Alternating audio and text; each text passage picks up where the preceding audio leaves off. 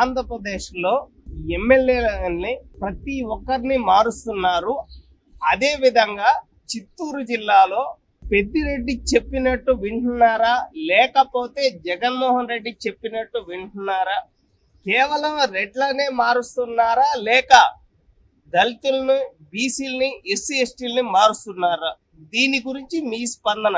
నమస్కారం అండి. చిత్తూరు జిల్లా అంటే వైసీపీ గవర్నమెంట్లో పెద్దిరెడ్డి గారి అడ్డా అని అర్థం. ఆయన ఎవరికి చెప్తే టికెట్ వాళ్ళే. ఆయన సొంత నిధులు ఎత్తుకొచ్చి వాళ్ళకి పంపించి హీరోలను జీరోలు చేస్తున్నారు, జీరోలను హీరోలు ఎత్తుకు చేస్తున్నారు. ఈ విధంగా సత్తివేడు ఎమ్మెల్యే ఉన్నాడండి, కోనేటి ఆదిమూలం అని. ఆయన ఎమ్మెల్యేగా గెలిచినప్పటింటే ఆయన ప్రాబల్యం ఏమీ లేదండి ఆ నియోజకవర్గంలో. అక్కడ ఉన్నటువంటి ఇసుకిరీచ్లు, అక్కడ ఉన్నటువంటి వైసీపీ కార్యకర్తలను ఎప్పుడు ఈ స్వాతంత్రం వచ్చినప్పటింటి చిత్తూరు జిల్లాలో నుంచి పోయి శ్రీశైలం దేవస్థానానికి పోయి చైర్మన్గా ఎన్నికైన చరిత్రే లేదండి. ఇప్పుడు అదే నియోజకవర్గం నుంచి ఒక అతన్ని చక్రపాణి రెడ్డి అని ఎత్తిపోయి శ్రీశైలం దేవస్థానానికి వేశారు. ఇంకొక అతన్ని ఎత్తిపోయి శ్రీకాళహస్తి దేవస్థానానికి చైర్మన్గా వేశారు.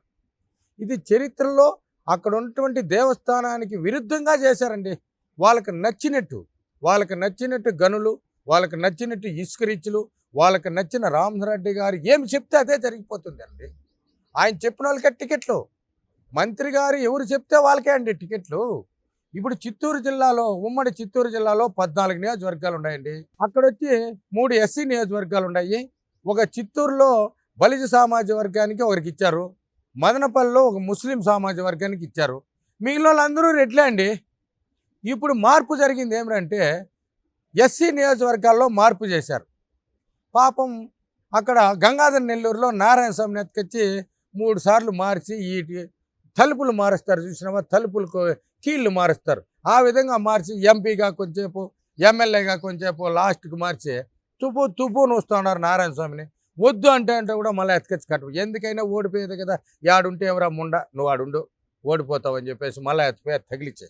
కోనేటి ఆదిమూల్యం ఉన్నాడు, అతన్ని ఎందుకు మార్చారండి? ఏం అవినీతి చేశారో ఒకసారి పత్రికలు ప్రకటించండి. కోనేటి ఆదిమూల్యం చేసినది ఆయనే చెప్తున్నాడు కదా. 1500 లారీల డబ్బు అంటే దాదాపు ఒక 6 కిలోమీటర్లు అవుతుంది. 1500 లారీలకు డబ్బు సంపాదించేశాడు ఈ మంత్రి గారు అని చెప్తున్నాడు. ఆయన చెప్తే కూడా మీరు అతని మీద అవినీతి ఆరోపణ చేయలేదు. ఆయన అవినీతి చేస్తుంటే ఇది చేయనారని చెప్పండి. అక్కడ మార్చేశారు. రెడ్డి కాళహస్తిని ఎత్తుకుంటే ఈ రాష్ట్రంలో మూడవ స్థాయిలో ఉన్నాడు అవినీతిలో, బి మధుసూదన్ రెడ్డిని. అబ్బా, ఆయన్ను తిట్టకుండా తుప్పు అని మొత్తం ఈదులు మాట్లాడుతూ అంటూ కూడా ఆయన మీద ఈ వేళకు ఏమి అతనికి టికెట్ అతన్నే కంటిన్యూ చేస్తూ ఉన్నారు రెడ్డి సామాజిక వర్గం. తర్వాత తిరుపతి ఎత్తుకుంటే అవినీతి ఆరోపణలో ఈ జిల్లాలో కూడా ఆయన కూడా నెంబర్ 1 స్థానంలోనే ఉన్నాడు. టాప్ 10లో ఆయన కూడా ఒకడండి. ఆయన కొడుకు ఇచ్చారు ఇప్పుడు. అంటే వాళ్ళ ఆయన ఎక్కువ అవినీతి చేయనాడు, ఆయనైతే ఓడిపోతాడు, వద్దు కాబట్టి కొడుకు ఇద్దాము అని. అంటే తండ్రి ఎక్కువ అవినీతి చేస్తే కొడుకు ఇచ్చేసినారు. తర్వాత ఇంకో స్థానంలో వచ్చి చెవిరెడ్డి భాస్కర్ రెడ్డి. ఈ రాష్ట్రంలోనే ఆయన రకరకాల సర్వే సంస్థలు పెట్టేశాడు. దేవస్థానం భూములు 100 ఎకరాలు కొట్టేసి వాళ్ళ తమ్ముడిని పెట్టి ఫ్లాట్లు వేసి అమ్మేస్తూ ఉన్నారు. ఎక్కడ చూడు భూ కబ్జాలు ఎక్కువ అండి. దాదాపు 2000 పత్రాలు అక్కడ రిజిస్ట్రేషన్ చేసుకున్నాడు దేవస్థానం భూములన్నీ. కొన్ని వేల కోట్లు సంపాదించేశాడు. కుక్కర్లు ఇస్తూ ఉన్నారు, వాచ్లు ఇస్తూ ఉన్నారు, బ్యాగుల్లో పెట్టేసిందే, కొత్త బట్టలు ఇస్తా. ఈ డబ్బులన్నీ ఎక్కడి నుంచి వచ్చాయండి చెవిరెడ్డి భాస్కర్ రెడ్డి గారికి? చెవిరెడ్డి భాస్కర్ రెడ్డి జన చైతన్య హౌసింగ్ కార్పొరేషన్లో కలెక్షన్ ఎగ్జిక్యూటివ్గా పనిచేస్తూ ఉన్నాడు. నేను కూడా అక్కడ ఫ్లాట్ రిజిస్టర్ చేసానికి ఒక ఏజెంట్గా జాయిన్ అయ్యా. ఆయన మిత్రం. ఈ పొద్దు కూడా నా దగ్గర చిన్న బ్యాగే ఉంది. ఆయన దగ్గర గూడ్సులు డబ్బు అంతా ఎత్తిపెట్టాను. ఆ డబ్బు అంతా అవినీతి ఆరోపణలో నెంబర్ 1. ఇటువంటి వాళ్ళకి మళ్ళీ కొడుకు టికెట్ ఇచ్చాడు. నువ్వు పెద్ద ఎక్కువ అవినీతి చేసావు కాబట్టి నీ కొడుకు ఇస్తాడము అని. అంటే రెడ్డి సామాజిక వర్గంలో ఎక్కువ అవినీతి చేస్తుంటే ఈ చిత్తూరు జిల్లాలో చెవిరెడ్డి భాస్కర్ రెడ్డి కొడుక్కి, ఈయన భూమన కరుణాకర్ రెడ్డి కొడుక్కి, బి మధుసూదన్ రెడ్డి యొక్క కూతురికి, అక్కడ వచ్చిందే మన రోజమ్మ ఉన్నది. ఆ రోజమ్మ నియోజకవర్గంలో డబ్బుల యొక్క పంపకాల్లో అక్కడ చేసిన అవినీతి డబ్బును పంచుకునేదానికి అన్నాదమ్ముల్లో కొట్టుకొని విడిపోయినారు. ఇప్పుడు ఒకరికొకరికి మాటలు లేవు. అలివి కానీ అవినీతి ఎక్కువ జరిగిపోయింది. అక్కడికి 4 అయినారు. నెక్స్ట్ వస్తే ఇక్కడ పీలేరులో వచ్చి ఈయన చింతల రామరెడ్డి. పాపం ఆయనకి ఎక్కువ 2 సంవత్సరాల వరకు పదవులు ఇస్తాం, మంత్రి పదవులు ఇస్తారు, దేవత ఇస్తారు అనుకున్నారు, కానీ ఏమీ ఇవ్వాల. ఆయన ఇంకా కుదరదని చెప్పేసి నేరుగా ఒక 15 టిప్పర్లు తెచ్చుకొని ఆయన నియోజకవర్గంలో ఉండే ఇసుక వంకలు తీసుకొని ఆయన బెంగళూరుకి సప్లై చేసుకుంటాడు. ఇసుక ఆయన ఓన్లీ ఇసుక ఒకటే ఆయనకు. ఎందుకంటే అక్కడ రామచంద్రారెడ్డి కుమారుడు ప్రస్తుత మిథున్ రెడ్డి గారు ఆయన యొక్క ప్రాబల్యం ఎక్కువతో ఆయన ఎక్కువ అవినీతి చేసుకోలేక ఇసుక మాత్రం అమ్ముకునేదానికి పర్మిషన్ ఇచ్చారు. ఈ సంవత్సరం 1.5 సంవత్సరం నుండి ఇసుక బెంగళూరుకి రోజు 15 టిప్పర్లో బెంగళూరు తోలుకుంటున్నాడు. నెక్స్ట్ పోతే అక్కడ మదనపల్లి ఒక మైనారిటీ వ్యక్తికి ఇచ్చాడు. అవి ఎందుకు మారుస్తున్నారో మనకు తెలియదు. ఎందుకంటే ఇక్కడ రెడ్లు అవినీతి చేస్తూ ఉంటే కూడా వాళ్ళని ఎవరిని మార్చడంలే, ఆయనకి ఇచ్చారు. నెక్స్ట్ ఆ మైనారిటీ అతను తీసేసి ఇంకో మైనారిటీకి ఇచ్చారు. ఆయన ఏమి అవినీతి చేసినాడండి, అది ప్రజలకు చెప్పాలా, అది చెప్పడం లేదు.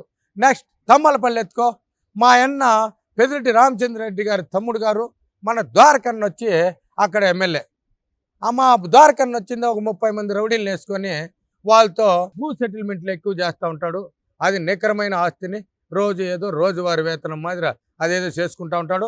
అక్కడ అన్న కూడా మా ద్వారకన్న కూడా ఇసుక బెంగళూరుకి అమ్ముకుంటాడు. అది ఒక 150 లారీలు, అది పెద్ద కేసులే. అది ఎందుకంటే ఆ గనులు అంట అవన్నీ చాలా ఉన్నాయి. ఎందుకంటే మా పెద్దిరెడ్డి రామరెడ్డి తమ్ముడు కాబట్టి అది ఎక్కువ ఉన్నాయి, మనం చెప్పాల్సిన పని లేదు. అక్కడ వాళ్ళే వైసీపీ వాళ్ళే చెప్తా ఉన్నారు. తర్వాత మదనపల్లికి వస్తే అది అయిపోయింది. మదనపల్లి అయిపోయిన వెంటనే పుంగునూరుకి వస్తే మా పెద్దిరెడ్డి అన్న గురించి ఇంక చెప్పాల్సిన పని లేదు. మళ్ళీ చిత్తూరుకు పోదాం.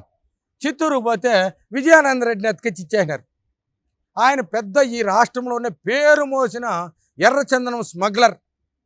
ఆయనకి ఎత్తుకొచ్చి ఒక స్మగ్లర్ కలెక్టర్కు ఎస్పీని ఈరోజు అతను కమాండింగ్ చేస్తున్నాడు. ఒక పోలీస్ స్టేషన్కి పోతే ఒక కానిస్టేబుల్కి భయపడిపోయి జైల్లో దానుకున్నవాడు ఎత్తుకొచ్చి ఒక కలెక్టర్ ఒక ఎస్పీ వచ్చి సెల్యూట్లు కొడుతూ ఉన్నారండి ఆయనకు. ఆయన ఒక అభ్యర్థి అండి. అబ్బా ఏమో అక్కడ శ్రీనివాసులు ఉన్నాడు, ఆర్ఎన్ శ్రీనివాసులు, ఆయన తీసేసినారు. ఏమి అవినీతి అండి వీళ్ళు తీసేసిన వాళ్ళలో. వీళ్ళు చేయండి అవినీతి ఒకసారి మన పత్రికలో ప్రకటించండి. మనకున్నాయి కదా డబ్బా పత్రిక ఒకటి ఉంది, డబ్బా ఛానల్ ఒకటి ఉంది కదా, ఈ ఛానల్లో ప్రకటించండి సార్. ప్రకటించి ప్రెస్ మీట్లో పెట్టండి సార్. దాన్ని వీళ్ళు చేయండి అవినీతి, వీళ్ళు మన రెడ్లకు చేసినటువంటి అభివృద్ధి. అబ్బా మన రెడ్లు చేయండి. ఈ చిత్తూరు జిల్లాలో రెడ్డి సమాజ వర్గంలో ఉన్న వాళ్ళు ఏం అవినీతి చేయలేదండి, వాళ్ళపైన రాలేదు. ఈ నారాయణ స్వామి ఆదిమూలం కోనేటి ఆదిమూలం ఏం చేసినాడు, లేదు పూతలపట్లో ఉన్నాడు ఎమ్మెల్యే బాబు, వీళ్ళు ఏమి అవినీతి చేసినారు, వీళ్ళు ఎందుకు మార్చినారబ్బా? జగనన్న ఎందుకు మార్చినావు జగనన్న వీళ్ళందరినీ? మన రెడ్లే కదా వీళ్ళు. ఈ రెడ్లు చేయండి అవినీతి చేయలేదా? ప్రజలందరినీ కొంచెం చెప్పన్న వీళ్ళు ఏమి చేయలేదని. ఎందుకు మార్చినావు మళ్ళా చెవిరెడ్డి భాస్కర్ రెడ్డిని, భూమన కరుణాకర్ రెడ్డిని? అంటే ఎక్కువ అవినీతి. ఎందుకంటే దేవస్థానం నువ్వు దోసేయి, మిగిలిందే ఈ కొడుకు దోసేయనా? ఇలా చెవిరెడ్డి కూడా అంతే కదా. ఒరే నువ్వు ఈడ అయిపోయింది, ఇంక నువ్వు నరసారావుపేటకు ఆ పక్క వెళ్ళిపో, ఒంగోలు. ఆ పక్క ఒంగోలులో ఎక్కువ గన్లు ఉన్నాయి, ఆడ దోశ. ఎందుకంటే వీళ్ళకి ప్రమోషన్ ఎక్కువ, దోసిన వాళ్ళకి ప్రమోషన్ ఇచ్చేసావు. ఎమ్మెల్యే నుండి దేవస్థానానికి పంపించేసావు. ఎందుకంటే టన్నుల కొలది బంగారం ఉండదని కరుణాకర్ రెడ్డికి అప్పగిచ్చినావు. ఆడ లక్షల కోట్ల మైనింగ్ ఉండదని చెప్పేసిందే ఒంగోలుకి పంపించేసావు. అబ్బా పవర్ఫుల్ జగనన్న నువ్వా. మన కులానికి వేసే పెద్దపీట ఒక దళితులకు బీసీలందరినీ తీసేసి ఈ జిల్లాలో మొత్తాన్ని మార్చాడు, పారేస్తాడు జగనన్న. ఇవంతా దేవుడు చూసుకుంటాడు జగనన్న.